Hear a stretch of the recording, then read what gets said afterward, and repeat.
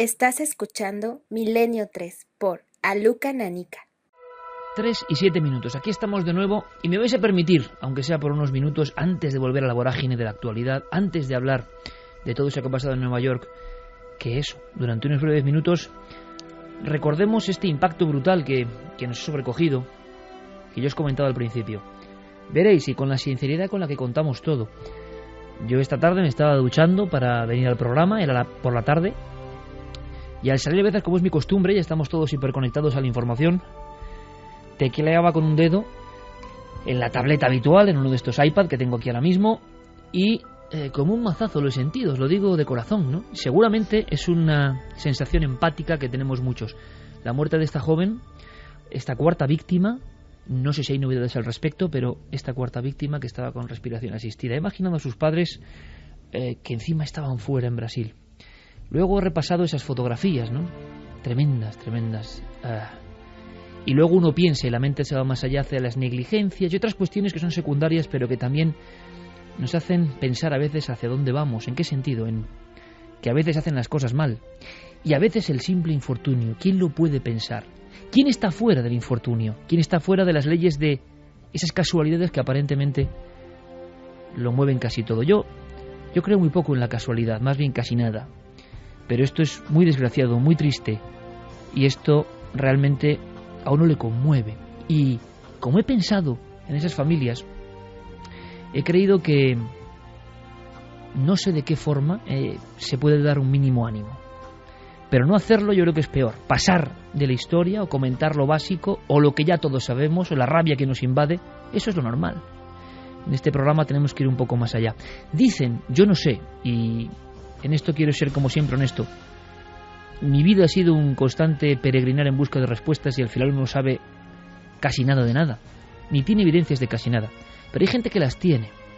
Y a mí lo que sí me asombra entre quienes compruebo que tienen ciertas sensaciones de seguridad, por ejemplo, en que hay un más allá, contemplo que eso en los momentos trágicos de la vida les ha ayudado. Y eso para mí no deja de ser un misterio, porque ese reconfortarse el alma era real, era auténtico. Si uno cree que todo acaba en lo biológico, el mazazo, que ya de por sí es brutal, parece casi insuperable. El haber vivido, haber sentido, haber amado para nada, para que todo se trunque, es de un dolor inconcebible, cósmico. Si alguien tiene, quizá ocurre en estas familias, y yo no lo sé, ni lo pretendo tampoco, por supuesto, pero lo he pensado, si alguien tiene la esperanza de que hay algo más, quizá ese dolor infinito se mitigue un poco y alguien crea que hay un cierto sentido en todo esto que ahora desde luego no podemos ni entender ni comprender. He pensado en eso porque recientemente he acudido a biografías que tuvieron conversiones muy curiosas y a veces no solo por lo trágico. De estas conversiones se habla poco. Primero porque estamos acostumbrados a verlo todo con la ideología. Y yo personalmente y francamente estoy muy harto de todo eso. Seguramente porque nunca he tenido ideología, solo curiosidad. Y por eso no he estado atado a dogmas, ni he tenido que seguir ninguna conducta preestablecida. Ni siquiera he heredado ningún tipo de enseñanza religiosa. Si me he acercado a la religión del misterio es por mí mismo y por la curiosidad.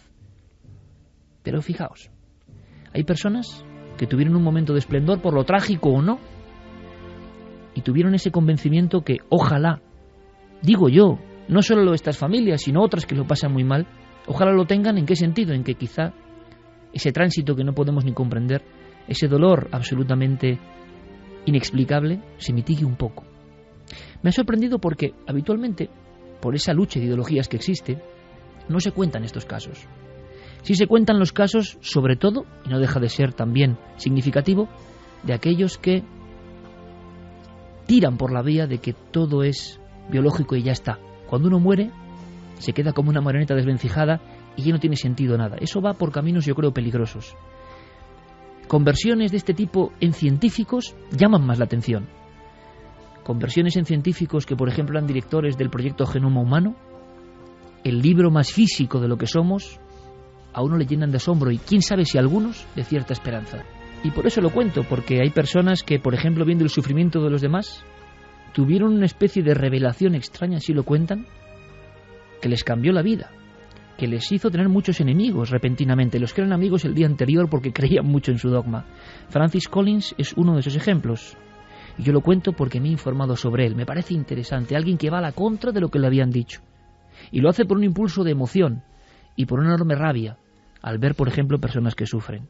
Cuentan que una tarde de otoño, este hombre, ateo convencido, genetista, director durante 9 años del proyecto Genoma Humano, en palabras de Obama, uno de los científicos más importantes del mundo, presentó con Bill Clinton mano a mano ese libro de los códigos ocultos del ser humano, el genoma, aquel que nos iba a explicar todo. Y cuando empezó a estudiarlo se dio cuenta de que había muchas cosas que eran inexplicables. Es más, que las cosas que nos hacían humanos seguían siendo un absoluto misterio. Eso, junto a unas visitas por su profesión de genetista y médico al hospital, y se dio cuenta de una cosa que no había percibido antes, y es que los enfermos, muy enfermos, situaciones muy dramáticas, se dio cuenta de que muchos de ellos, en vez de renegar de la divinidad o maldecir su suerte, se aferraban, pero de una forma muy curiosa, como con cierto bálsamo o confort o confianza, en la idea de que había algo más, en la idea de que había un ser superior, una entidad, una fuerza que mueve el universo, lo que vosotros queráis, que aguardaba, que esperaba, que no podía ser de otra forma. Cuentan que saliendo del hospital, con el proyecto Genoma Humano prácticamente en marcha, era otoño, caían las hojas y él sufrió algo, una nueva visión, no sabe cómo explicarlo. Es el hombre que lee los códigos científicos materialistas por los que nos dicen que todo es así o asá. Él hoy dice que piensa que la evolución tuvo un primer motor, lo llama biólogos y también lo llama, así a grandes rasgos, Dios. Dice que con cada hallazgo como científico ha sentido que él se acercaba a algo que era nuevo para el hombre, algo desconocido, una emoción incontenible, pero algo que ese Dios ya conocía desde siempre. Ha hecho un libro, no se le ha publicitado mucho, que se llama Así habla Dios. No se dice mucho, pero es el director de lo más científico entre lo más material, el proyecto Genoma Humano. Estas conversiones me sorprenden, estos momentos cumbre me sorprenden. Quizá le ayuden a alguien, no lo sé. Quizá algunos, aunque nadie nos lo cuente, aunque nadie nos lo diga, perciban que hay algo más que materia. De verdad, con casos tan tristes, con casos tan injustos, con vidas truncadas de esta forma, me da igual la ideología, el dogma, lo que piensen unos u otros. Uno quiere tener cierta fe, porque esas personas que han perdido la vida merecen estar ya en otro lado mejor que este. De momento el terrible temporal no ha llegado a Washington, pero los residentes no quieren correr riesgos. Mientras tanto, la gente se está provisionando para lo que ya se ha calificado como la peor época de tormentas de la historia. Más vale que estés seguro, me juego el culo. ¿Has visto el informe? Y espero que te equivoques. Señor vicepresidente, Tom. ya conoce al profesor Hall. Sí, nos conocemos. El profesor Hall tiene nueva información que debería considerar. Hemos obtenido estos resultados con el modelo de simulación. Y explican qué está causando esta meteorología. Mire, ya lo veré luego. Ahora tengo una reunión con los servicios de emergencia. Pero esto es muy urgente, señor. Nuestro clima ha cambiado bruscamente y va a ir a peor durante las próximas 6 semanas. Usted dijo que esto no ocurriría hasta dentro de 100 años o más. Me equivoqué. O quizás se equivoque esta vez. Ojalá fuera así, pero usted está al corriente de lo que está pasando en todo el mundo. Mire, ya hemos hecho los preparativos para esta tormenta. ¿Qué más quiere? Creo que deben empezar a plantearse evacuaciones a gran escala cuanto antes, sobre todo en los estados del norte. ¿Evacuaciones? Sí. ¿Ha perdido el juicio? La gran tormenta, el gran huracán, el desastre, acaba de ocurrir, prácticamente está pasando. Y hay cosas raras. ¿En qué sentido? En que hay personas que creen que también hay otras teorías sorprendentes. Hay un documento, Santi, que te ha llamado mucho la atención y no me extraña. Pues sí, porque a mí y a buena parte del público estadounidense, yo creo que ha sido una de las sensaciones de todos los vídeos que han circulado por la red a raíz del huracán Sandy. Y es que estaba una reportera de la cadena norteamericana NBC haciendo la típica encuesta entre los neoyorquinos sobre qué les parecía, cómo se iban a preparar, pues lo que se suele hacer en este tipo de cosas para los informativos de televisión. Hasta que dieron con un jovencito que era, además, dijo que era estudiante de la Universidad de Brown, parecía un chaval educado, parecía un chaval, pues eso, un estudiante universitario, y curiosamente puso en su boca el pensamiento de muchos estadounidenses, porque ha llegado a tal punto la desconfianza No solo en Estados Unidos, en Europa, en España, en todos sitios, la desconfianza que se tiene hasta los poderes, que hasta un fenómeno natural puede suscitar suspicacias. Este es el documento. Hay un huracán y soy bastante escéptico. Me refiero a que no me creo que haya un huracán. Es decir, creo que el gobierno quiere hacernos creer que hay un huracán. Piénsalo, todo ha pasado muy rápido. Pero ha empezado a llover y sopla un viento muy fuerte, así que con el huracán descendiendo y la ciudad tan protegida, ¿cómo describirías las condiciones que estamos viendo hasta ahora? Está claro que hay mucho viento. El viento es más fuerte que normalmente. ¿Y los colegios e institutos? ¿Por qué han cerrado?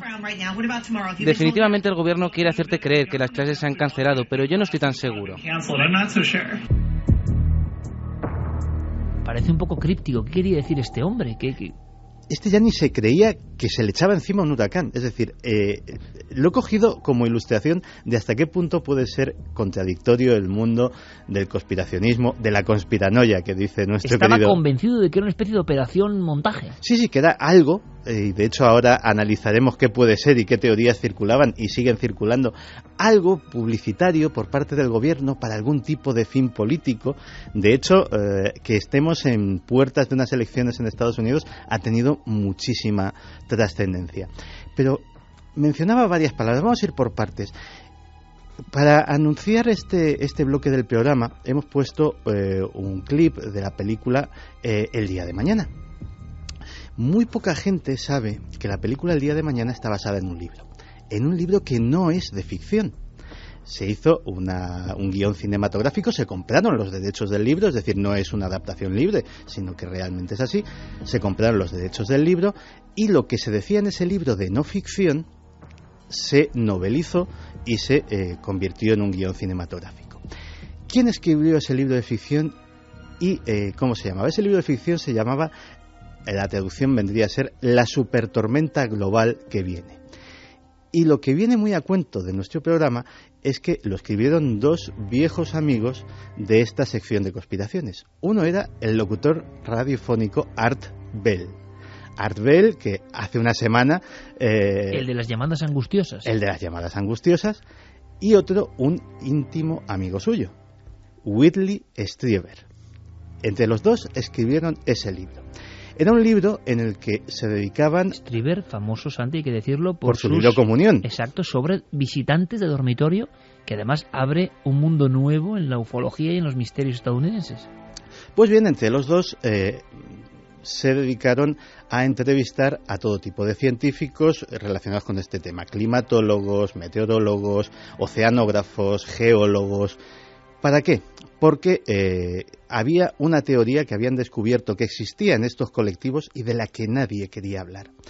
La teoría era la de la supertormenta que puede llegar en cualquier momento. Esa teoría viene a decir que el calentamiento global, que el cambio climático, está provocando enormes tensiones dentro de lo que sería el equilibrio climatológico del planeta. Ese equilibrio es como por poner un ejemplo muy gráfico, como una goma elástica. Se puede tirar de él, se puede someter a cierta tensión y vuelve a recuperarse. Pero si se tira más de la cuenta, sucede exactamente lo mismo que con esa goma elástica. No se rompe poco a poco, no va deteriorándose poco a poco, sino que se rompe de golpe y para siempre. Y ellos decían que ellos en realidad no lo decían, transmitían o ordenaban lo que iban diciendo estos expertos. La situación climatológica se iba a ir empeorando en los siguientes años. Este libro tiene 10 años, se dice pronto, y que asistiríamos a huracanes que irían a cotas cada vez más al norte, que tendrían un tamaño gigantesco. Sandy es uno de los mayores huracanes de los que se tiene historia, no tanto en su velocidad, sino en su tamaño. Sandy tenía 1000 kilómetros de diámetro. Ocupó en un momento dado un tercio del territorio de los Estados Unidos. Bueno, me pasa ahora mismo Guillermo León vía Fermín Agustí, noticia de última hora, ahora mismo a las 2:46 se hace pública la portada de New York Magazine, uno de los importantísimos magazines, y la imagen de la ciudad y la tormenta es impresionante, ¿eh? Se ve una ciudad que va a ser devorada por una especie de nube oscura. El ejemplo entre el contraste de la luz, ¿no?, de Nueva York y esta mega tormenta, de alguna forma, mega huracán. Pues eso era lo que vaticinaban, que cada vez habría fenómenos meteorológicos. ¿Acertaron en su profecía? Esperemos que no, porque aquello iba más lejos. Los fenómenos meteorológicos iban a ser cada vez más violentos hasta que llegase un punto de no retorno. ¿Y a qué asistiríamos? Pues a algo que solo puede ser descrito como el diluvio universal. Una tormenta que, como sucede, pues por ejemplo, en los grandes planetas gaseosos, en Júpiter y en Saturno, envolvería por completo todo el planeta y sería el prolegómeno, sería el prólogo de una era glacial, tal y como se mencionaba en aquella película. Pero aquí viene la parte más curiosa del asunto. ¿Cómo les da a estos dos personajes, que tienen biografías que poco tienen que ver con la divulgación científica o con el dar a conocer este tipo de teorías, por divulgar este asunto? Al principio, en la cabecera del programa, mencioné varias palabras. Una de ellas era extraterrestres. Resulta que Whitley Strieber... Me lo estoy teniendo. Cuando le abdujeron, según él, los extraterrestres, le avisaron de que esto podía suceder.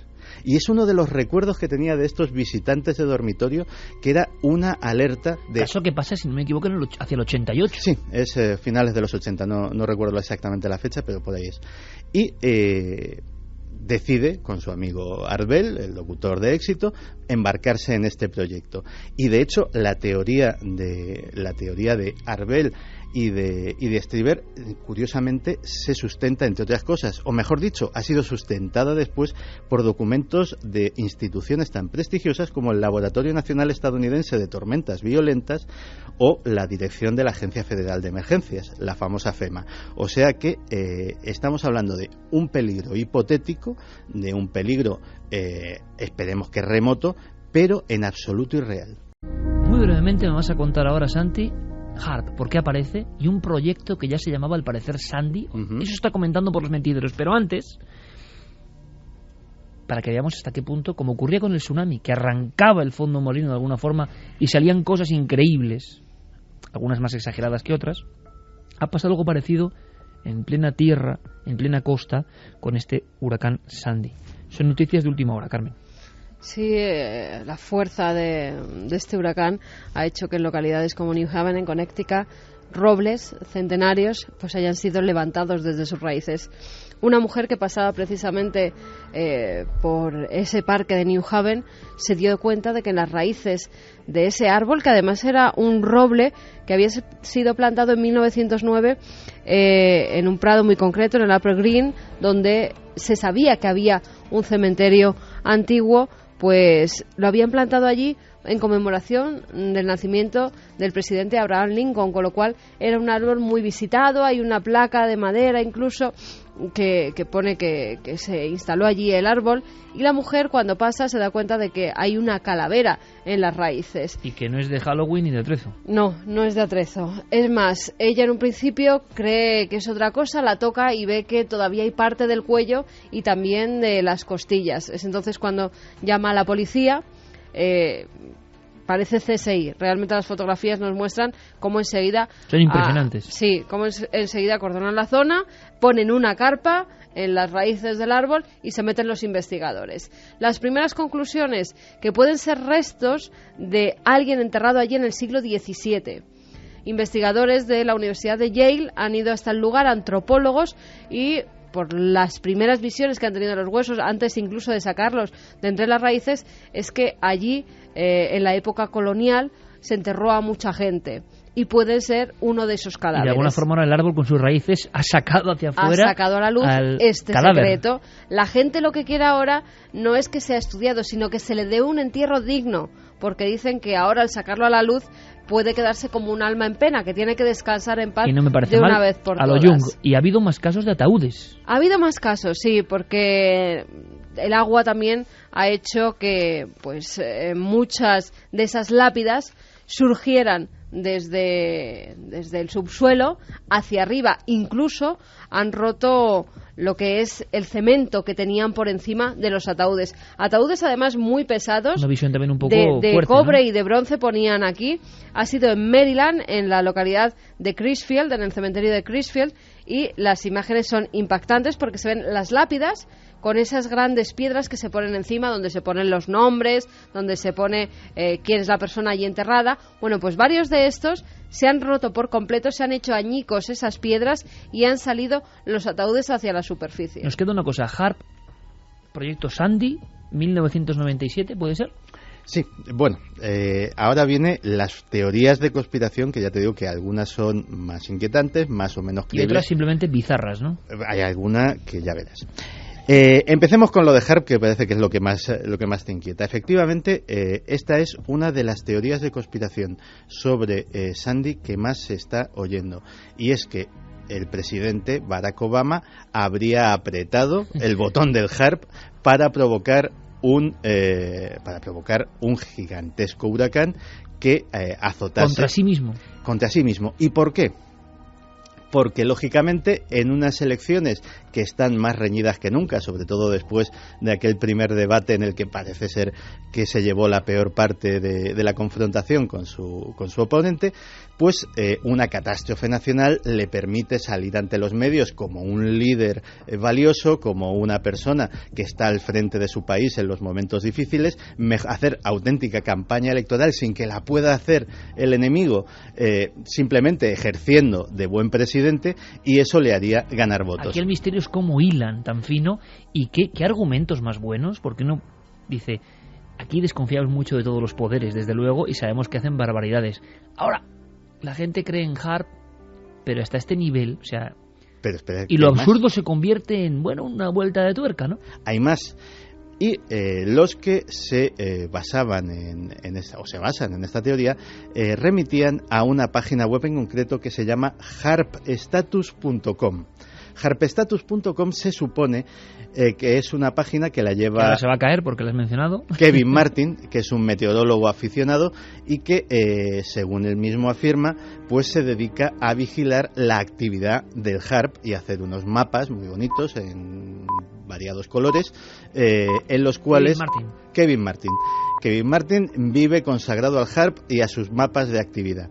El problema es que parece ser que, lógicamente, al levantarse este barullo, porque hasta ahora pues estaba en sus cosas del HAARP, que básicamente tienen un público relativamente reducido, pues la Agencia Nacional de Meteorología se ha sentido aludida y ha empezado a mirar con lupa la página web del señor Martin y ha descubierto que los mapas se los inventa y los pinta con Photoshop.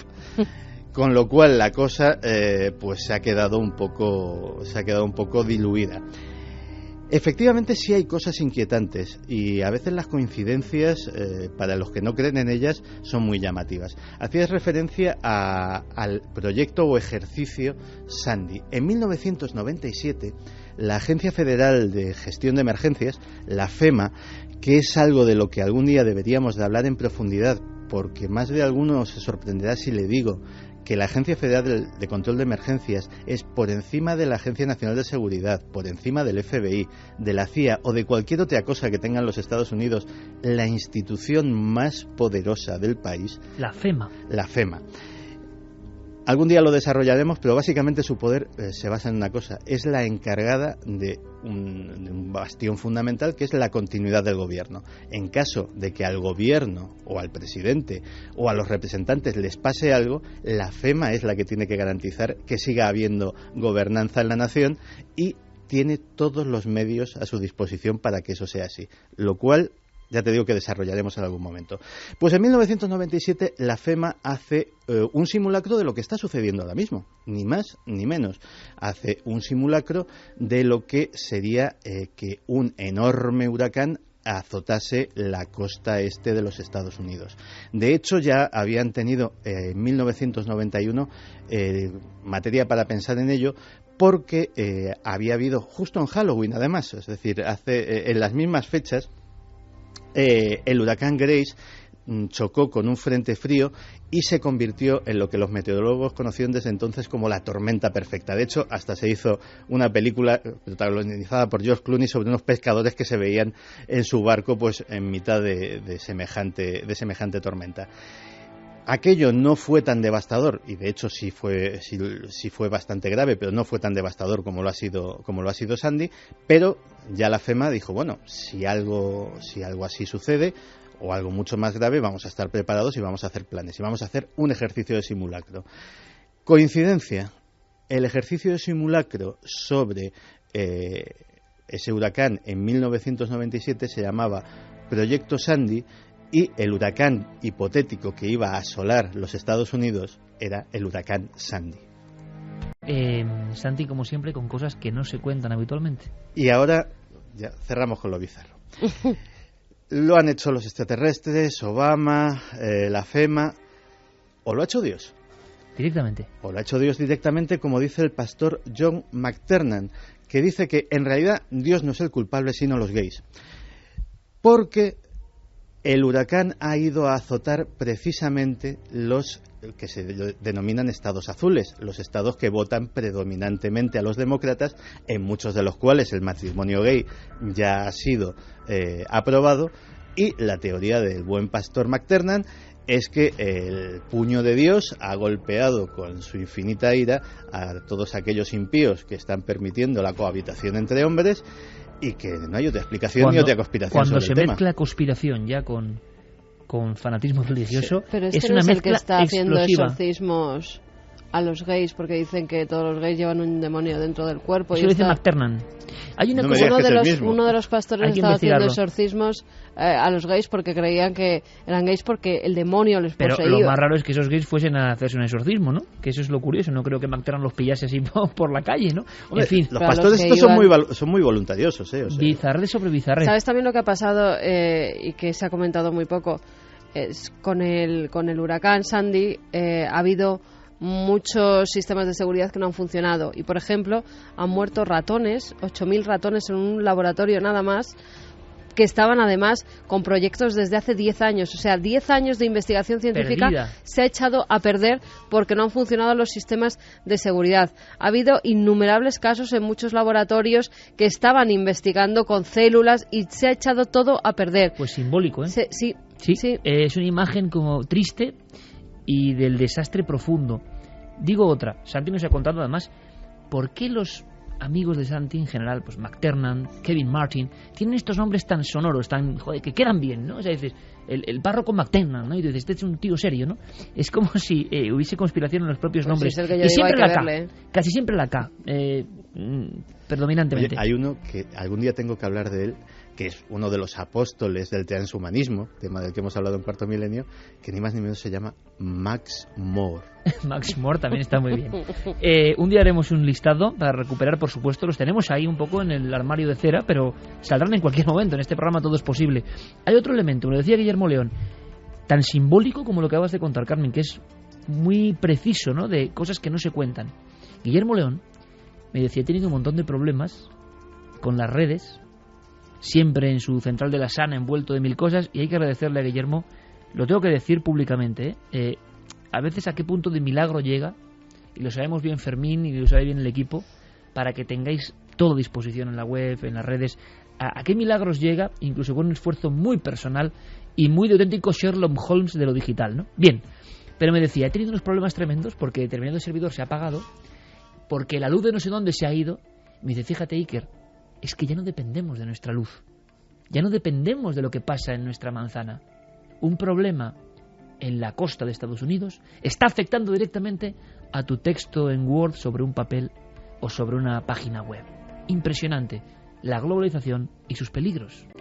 Vamos de un lado a otro, enseguida con vuestros mensajes. ¿Algún mensaje sobre todo esto que hemos comentado? Sí, hay varios mensajes. Irian, por ejemplo, dice, actualmente hay tecnología suficiente para provocar un huracán. Esta idea me aterra. Helen, todo lo que ocurre no se ha demostrado, ¿no? Para en nada. USA tiene un aire de conspiración detrás que es muy sospechoso.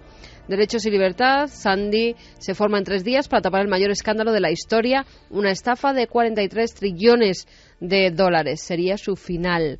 Susana Pérez, bueno, provocar una catástrofe, jugar con vidas humanas para beneficio propio, me niego a creer algo así.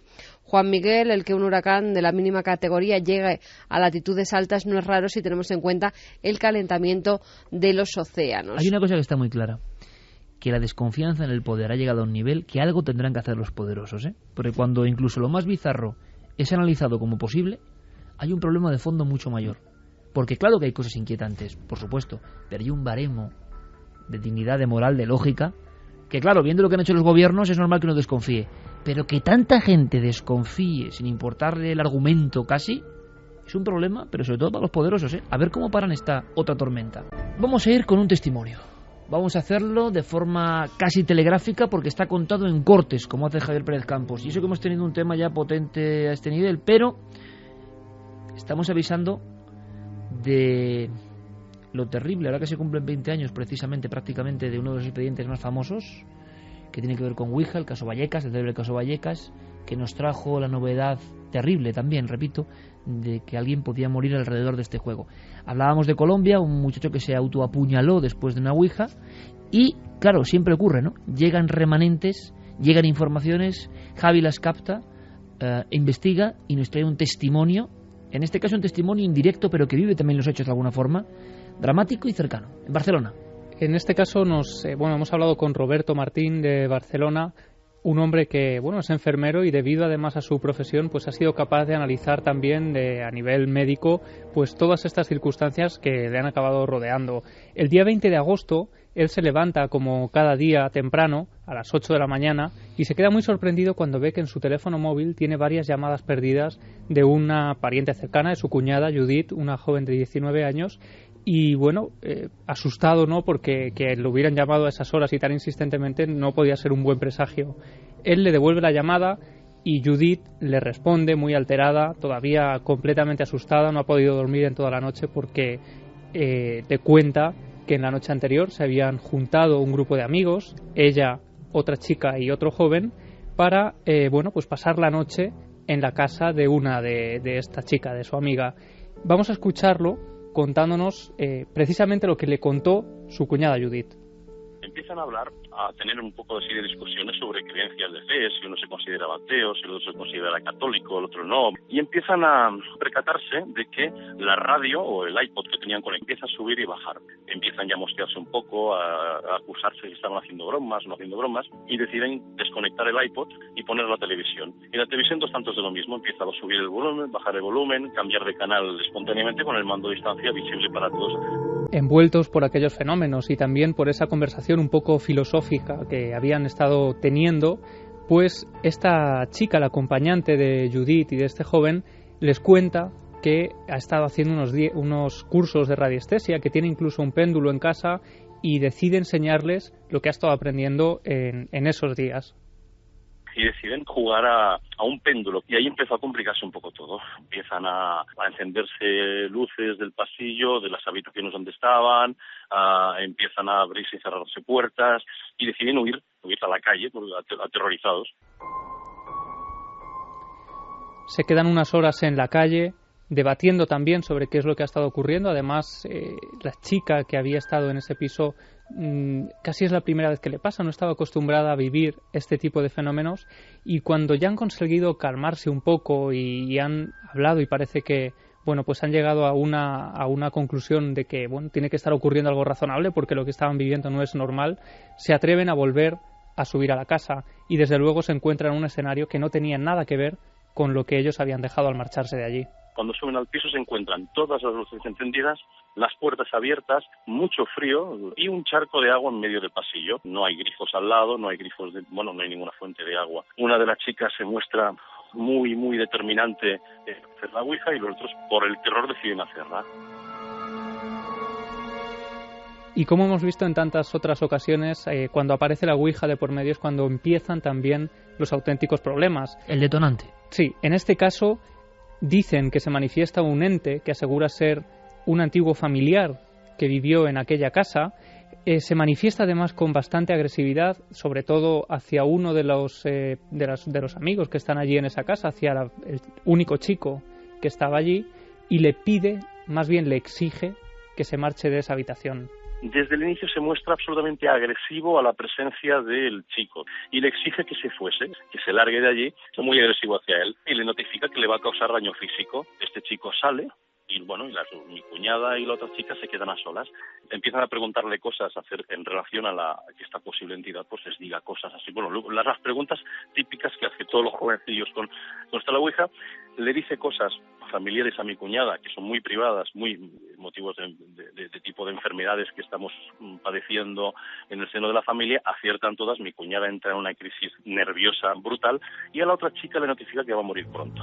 La entidad le dice en ese momento que si quiere salvar su vida, pues tiene que hacerse un corte y dejar caer algo de su sangre sobre el péndulo que les había mostrado a sus amigos anteriormente.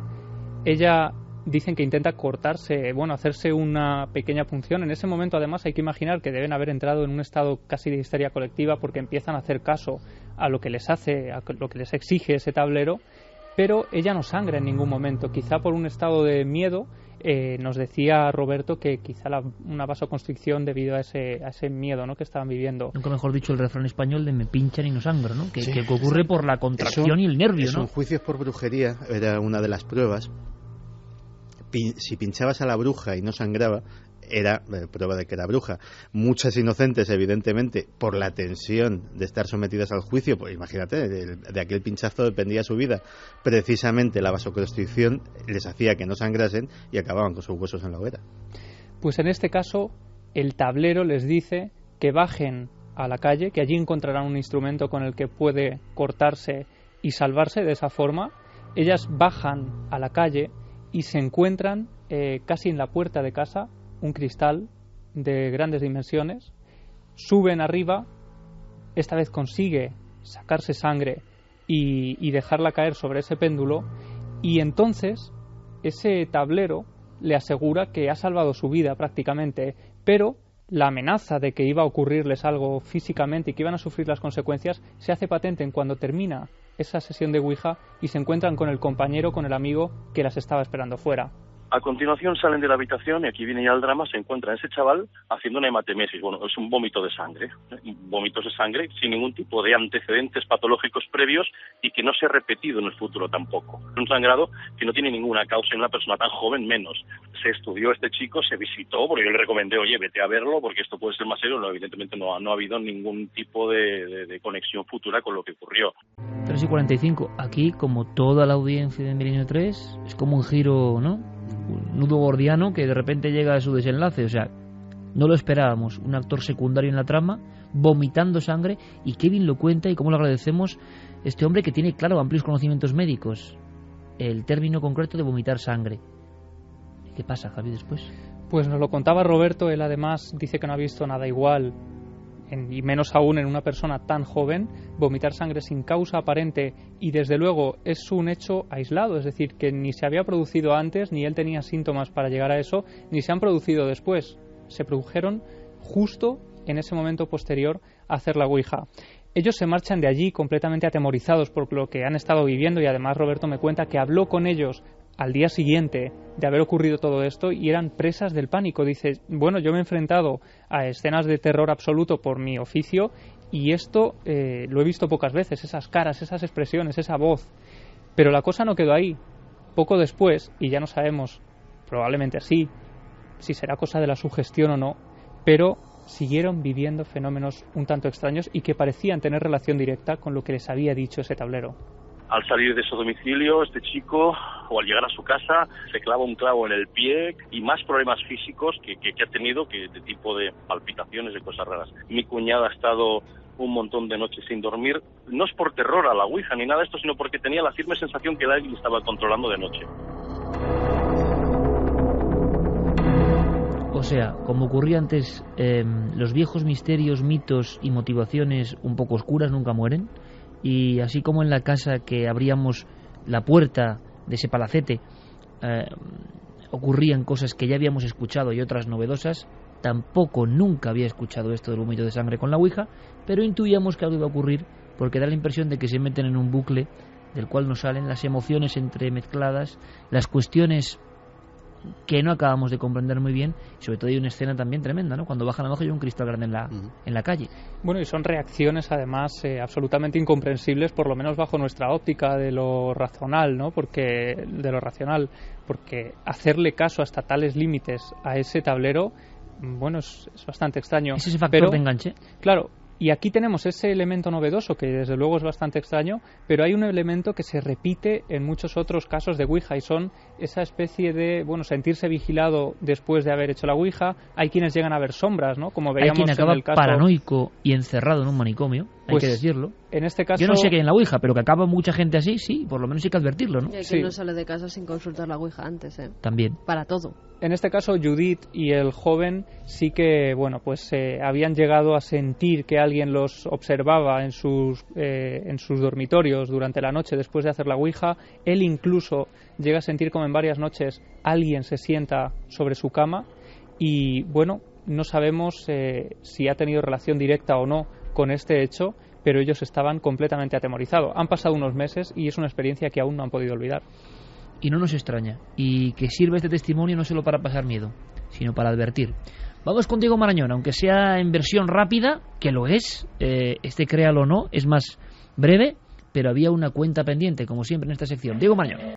El Cuervo y la historia de la muerte en vivo, del disparo en vivo captado por la propia película, la muerte del hijo de Bruce Lee, ni más ni menos. ¿Cómo va la votación? ¿Cómo ha quedado?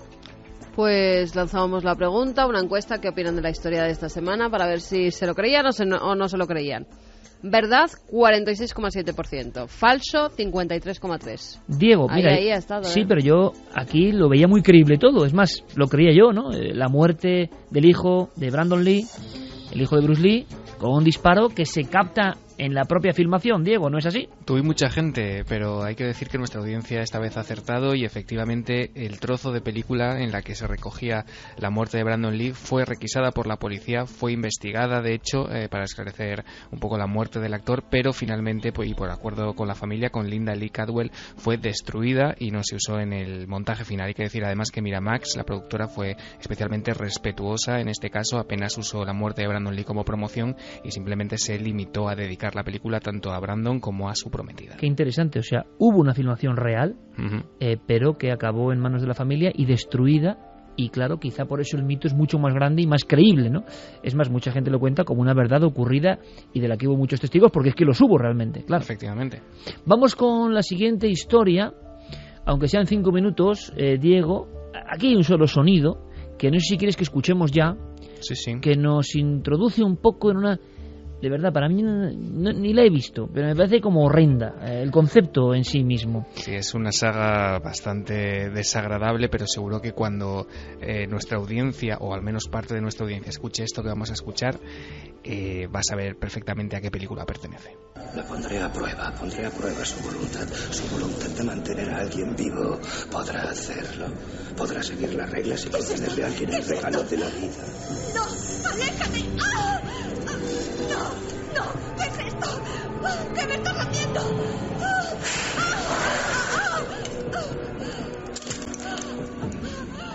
Bueno, este es el payaso ese desvencijado que sale ahí, que a cada cartel de la peli es peor, es el gore por el gore, Sí. Pero claro, también la sensación de que, anda, y si algo de esto es verdad, ¿puedes contarme en titulares qué expresa esta película, de alguna forma, cuál es su trama, qué ocurre? Bueno, estamos hablando de la saga Saw. Esto que acabamos de escuchar es el comienzo de la tercera entrega, en la que el malo de la película, Jigsaw, le coloca un collar metálico y explosivo a una de las protagonistas y de esa manera la captura, ¿no? Y puede hacer con ella lo que quiera y al final, evidentemente el collar acaba explotando con los resultados que te puedes imaginar, Iker. La pregunta de esta semana en el Créalo o no es si esos métodos que vemos tan sanguinarios en esta saga han llegado a la realidad. Te hago una fotografía muy rápido. La historia de esta semana comienza con, vamos a imaginarnos las imágenes de una cámara de seguridad. En ellas vemos el recibidor de entrada de un banco y como una persona vestida con camiseta y con un extraño bastón de forma un tanto peculiar entra, prácticamente tambaleándose.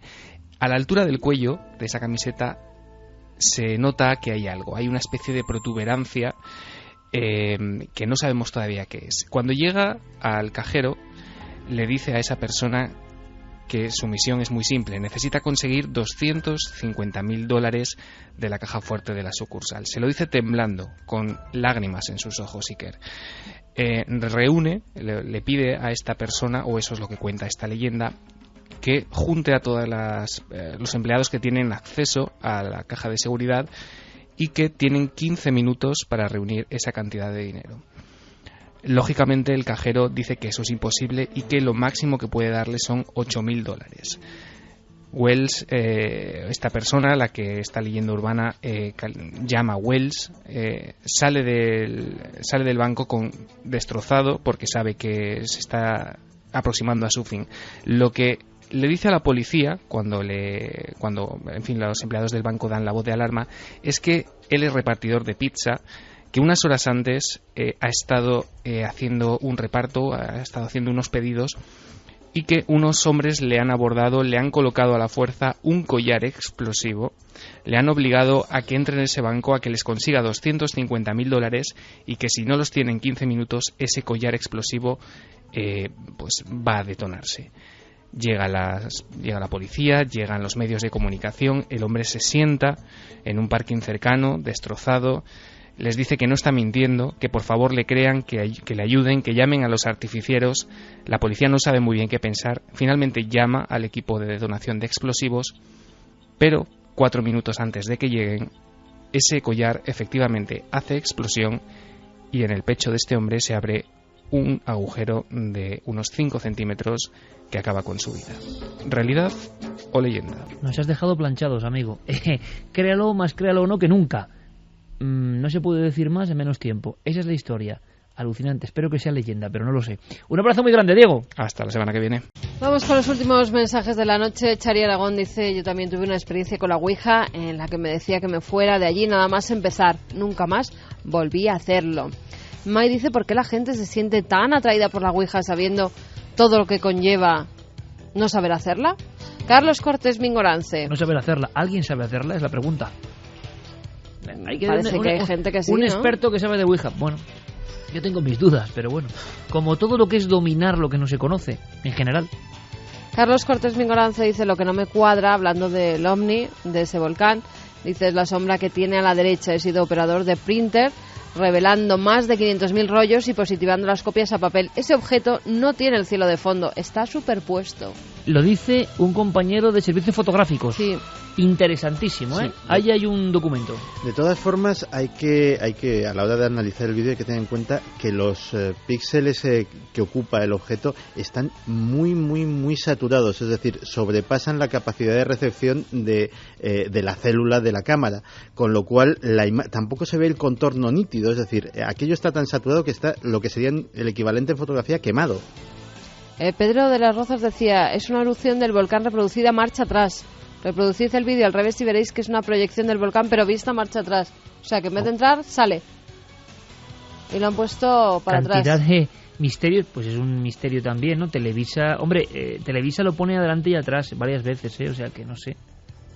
Bueno, otra perfecto. Aquí somos detectives todos. Mari Leonardo dice: estando en elecciones, me creo que hayan creado esta tormenta con el proyecto HARP para que Obama subiera en votos para ver la infraestructura y medios del gobierno para solucionar estos desastres. ¿Y a cuántos compatriotas mata por eso? Bueno, claro, que también la gente puede decir: bueno, ¿y cuántos se han matado con otras cuestiones, no? Pues sí. Pues mira, cada vez cobra más peso, por ejemplo, la revisión histórica de que Pearl Harbor fue algo que se dejó hacer y murieron 3.000 americanos. Yo no me lo puedo creer. O sea, es que, vamos, pero cada uno es libre, claro. Saludos milenarios desde Guadalajara, México. El vídeo del OVNI lo transmitieron y la explicación científica, entre comillas, nos ponían estos amigos, era que se trataba de rayos en bola. Pero se ve demasiado... pues de bola no tienen nada, ¿no? Oh, faltaba el rayo en bola. Pero se ve demasiado concreto y demasiado extraño. No se ha presentado alguna explicación racional y totalmente convincente. La astrónoma de la UNAM, Julieta Fierro, quien es una autoridad en la astronomía, no puede dar una explicación convincente. Julieta y luego otra astrónoma que salía, que es genial, y vamos a terminar casi con eso, ¿no? Es genial la cara que se le pone al ver el documento. Y es un poco la cara, haciendo un símil y ampliándolo, ¿no?, del ser humano cuando se encuentra con el misterio, si es que esto es un misterio. Perplejidad absoluta. Y a ver a qué me engancho yo. No podemos quedarnos sin solución. El ser humano de hoy tiene que tener manual para todo. Pero se quedan... Bueno, esto me recuerda... Que a lo mejor la tiene, ¿eh? Sí, ojalá, sí, si es que es bueno, o ojalá no sé. Pero yo recuerdo los catálogos de explicación ovni maravillosos de nuestro propio país. Hay varios que me encantan, ¿no? Tú ves el catálogo y uno es sacerdote. Y dices, bueno, vale, sacerdote ha sido confundido con un humanoide, vale. Otro feto humano en una caja, también. Sí. Otro que es buenísimo, que hacen salir a 2 aviones de la base de Morón de la Frontera, y los 2 capitanes de caza detectan año 92, 95, no muy lejos, una media luna naranja, que está ahí evolucionando, no saben lo que es, y en el informe, cuando resuelva algún sabio, pone helicóptero de la Vuelta a Andalucía. Bueno, helicóptero semicircular, ese tipo de cosas Venus han ocurrido. Bueno, pero esas son Venus, clásicas. ya. Y la gran clásica, tienda de campaña, bueno, un montón de cosas, ¿no? Es rayo en bola. ¿Qué es más raro que un ovni, el rayo en bola? Sí, aunque Si ya lo se es, han grabado, ¿eh? si lo es, Aunque hoy en día ya se han grabado. por eso, parece, pero sí. si es un rayo en bola, es un auténtico misterio de la atmósfera. No tiene forma de bola. No tiene forma de bola. Dejamos en la web ese misterioso objeto sobre el Popocatépetl, pleno 2012. Fermín Agustí, Noel Calero, como siempre, es un placer. Javi Santi, gracias. Hasta mañana. Oye, Hasta mañana, mañana. ¿sabéis a qué hora vamos mañana? Más A las 12 menos 20. 23:40, por favor, ¿eh? Es una hora muy difícil ya para nosotros, incluso. Así que... pero pues tanto que se quejan, que estén ahí a las 12 pero menos hay un 20. caso espectacular, ¿eh? Mañana hay un caso espectacular, no lo podéis perder, de verdad. Hay 2 cosas y un debate tremendo. Mañana os esperamos. Feliz semana. Continúa la información en la SER. Que seáis muy felices, amigos.